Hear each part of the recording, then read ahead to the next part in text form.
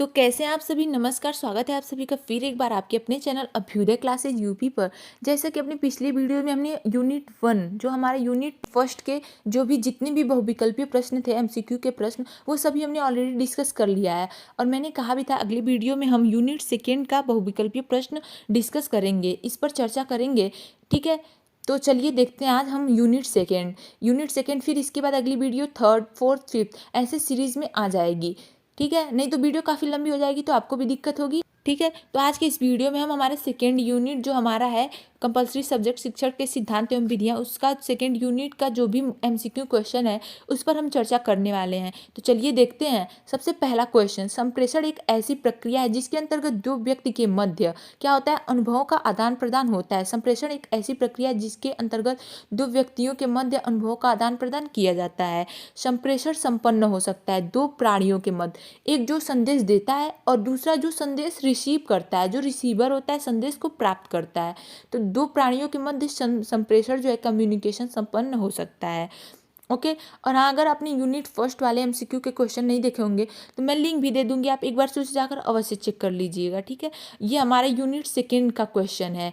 संप्रेषण का प्रक्रम के में प्रथम चरण है, कौन सा है, कुछ संकेतन है। निम्न में से कौन सा लक्षण मुख्यतः पारस्परिक संप्रेषण के संदर्भ में लागू होता है, अपरिवर्तनीय। ओके। अब अगला क्वेश्चन है, क्या दो तरफा संप्रेषण प्रभावपूर्ण होता है, सदैव होता है। बुनियादी शिक्षण प्रतिमान के प्रवर्तक कौन है, रॉबर्ट ग्लेसर है। बेसिक टीचिंग मॉडल, ठीक है, इसके कौन है प्रवर्तक, रॉबर्ट ग्लेसर। रॉबर्ट ग्लेसर ने बुनियादी शिक्षण प्रतिमान का विकास कब किया, 1962 में किया था। ठीक है, शिक्षण प्रतिमान का प्रकार है, शिक्षण प्रतिमान के उपर्युक्त तीनों ही प्रकार है, दार्शनिक शिक्षण प्रतिमान, आधुनिक शिक्षण प्रतिमान, मनोवैज्ञानिक शिक्षण प्रतिमान। ओके, मनोवैज्ञानिक शिक्षण प्रतिमान नहीं है। ऑप्शन नंबर सेकेंड बिल्कुल सत्य है, सामाजिक अंतःक्रिया स्रोत पर आधारित प्रतिमान।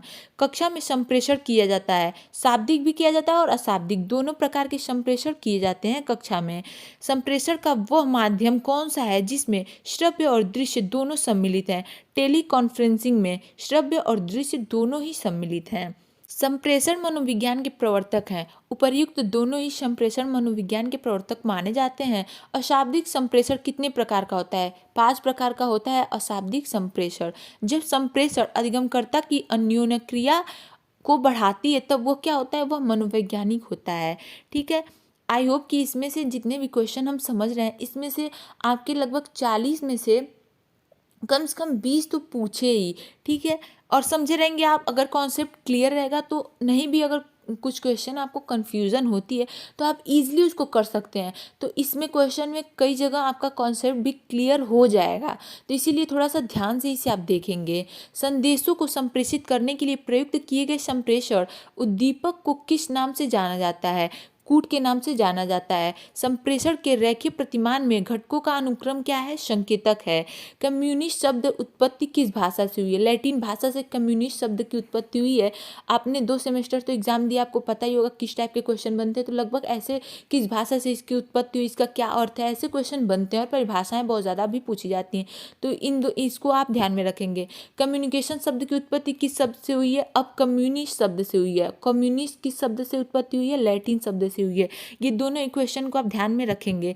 अगला क्वेश्चन है, बुनियादी शिक्षण प्रतिमान के पक्ष होते हैं, कितने होते हैं, 4 होते हैं बुनियादी शिक्षण प्रतिमान के पक्ष।